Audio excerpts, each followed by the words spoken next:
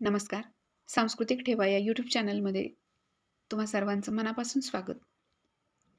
सूर्य उत्तरायणात येतो आहे आणि आपल्या आयुष्यातही सकारात्मकतेची सुरुवात होत आहे.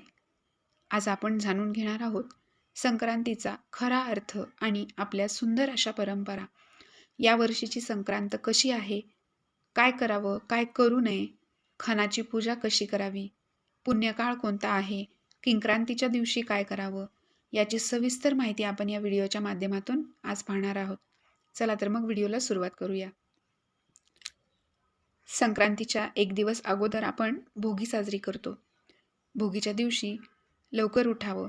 स्नान करत असताना तीळ, तांदूळ आणि हळद याचं भिजवलेलं एकत्रित मिश्रण अंगाला लावावं. याने शरीर शुद्धी होते. यानंतर देवासाठी तीळ लावून बाजरीच्या भाकरी आणि भोगीची भाजीचा नैवेद्य बनवला जातो. या दिवशीच सर्व वाणाचे सामान एकत्र करून ठेवले जातं. आणि आता सगळ्यात महत्त्वाचं म्हणजे येतो तो संक्रांतीचा दिवस. 14 जानेवारी 2026 रोजी दुपारी 3:06 सूर्य मकर राशीत प्रवेश करत आहे. म्हणजेच संक्रांतीसाठी आपल्याला 3:06 मुहूर्त आहे. यावर्षी संक्रांती देवीचे वाहन वाघ असून उपवाहन घोडा आहे. तिने पिवळे वस्त्र परिधान केले आहे. हातात गदा घेतली आहे. केशराचा टिळा लावला आहे. वयाने कुमारी असून बसलेली आहे. वासाकरिता जाईचे फूल घेतलेले आहे. पायस भक्षण करत आहे. सर्प जातीची आहे. भूषणार्थ मोती धारण केले आहेत. वार नाव व नक्षत्र नाव मंदाकिनी आहे. पूर्वेकडून पश्चिमेस जात आहे आणि वायव्येस या दिशेस पाहत आहे. हे सर्व सांगण्यामागचा उद्देश काय आहे?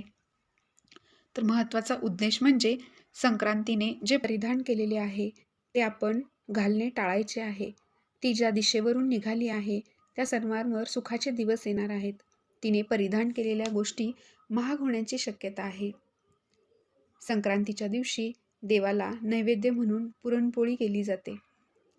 हळदी कुंकू व सुवासिनींना वाण दिले जाते आणि आनंदात उत्साहात हा सण साजरा केला जातो. संक्रांतीच्या दुसऱ्या दिवशी येते ती किंक्रांत. या दिवशी खणातील वाणाने सुवासिनींच्या ओट्या भरल्या जातात. तिळगुळ दिले जाते. अशा सुंदर आणि पारंपरिक पद्धतीने साजरी करा या वर्षीची आपली संक्रांत. आपल्या परंपरा जपल्या तरच संस्कृती टिकते असं वाटत असेल तर हा व्हिडिओ शेअर करा आणि सांस्कृतिक ठेवा या चॅनलला सबस्क्राईब करायला विसरू नका. धन्यवाद.